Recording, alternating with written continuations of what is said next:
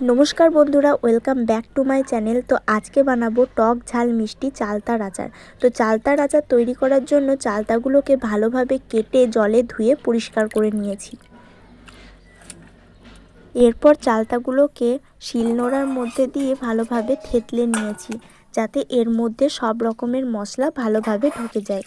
এরপর প্রেসার কুকারে অল্প জল দিয়ে এই চালতাগুলোকে 5 থেকে 6টা সিটি দিয়ে নেব।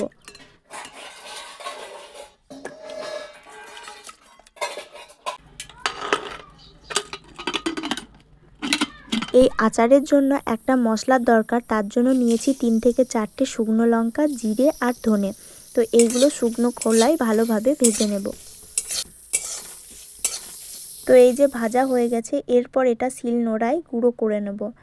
তো আমার কাছে ভেলি গুড় ছিল, তো গুড়টাকে গলাবার জন্যে আমি একটা বাটির মধ্যে এই যে গুড় নিয়েছি আর নিয়েছি জল। তো জল দিয়ে গুড়টা গুলিয়ে নেব। আর যা যা উপকরণ লাগবে সব কিছু কিন্তু আমি রেডি করে নিয়েছি। লবণ, হলুদ, তেল আর ওই যে মশলাটা, এমন কিছু লাগে না, কিন্তু খেতে দুর্দান্ত হয়। আর এইদিকে কিন্তু চালতাগুলো সিদ্ধ হয়ে গেছে। তো কড়াই বসিয়ে দিয়ে দিয়েছি তেল আর দিয়েছি 5 ফোড়ন, যাতে ফ্লেভারটা ভালো আসে। তো এরপর আগে থেকে সিদ্ধ করে রাখা চালতাগুলো দিয়ে দেব। এরপর ভালোভাবে তেলের মধ্যে এই চালতাগুলোকে ভেজে নেব। এরপর এর মধ্যে দিয়ে দেব স্বাদ অনুসারে লবণ আর দেব হলুদ।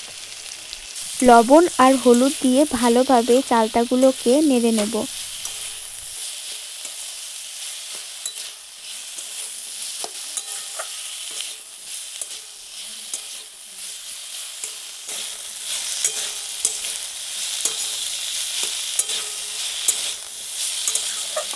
তো এরপর আগে থেকে গুলিয়ে রাখা গুড়টা দিয়ে দেব।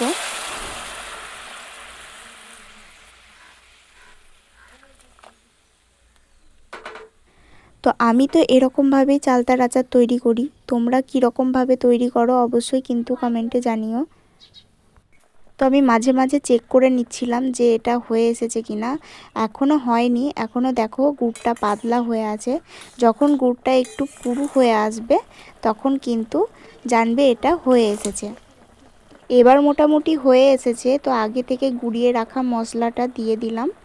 এই মশলাটা দিয়ে 2-3 ফুট হলে পরেই কিন্তু জানবে যে চালতার আচার একদম রেডি। তো আচারটা বেশি দিন স্টে করতে তোমরা কিন্তু লেবুর রস ব্যবহার করতে পারো অথবা ভিনিগার। তো আমি লেবুর রস দিয়ে দিয়েছি, এতে না ফ্লেভারটাও দারুণ আসে। তো আমি তো এরকমভাবেই তৈরি করি। ভিডিওটা কেমন লাগলো অবশ্যই জানিও। তো এই যে দেখো একদম তৈরি হয়ে গেছে চালতার আচার।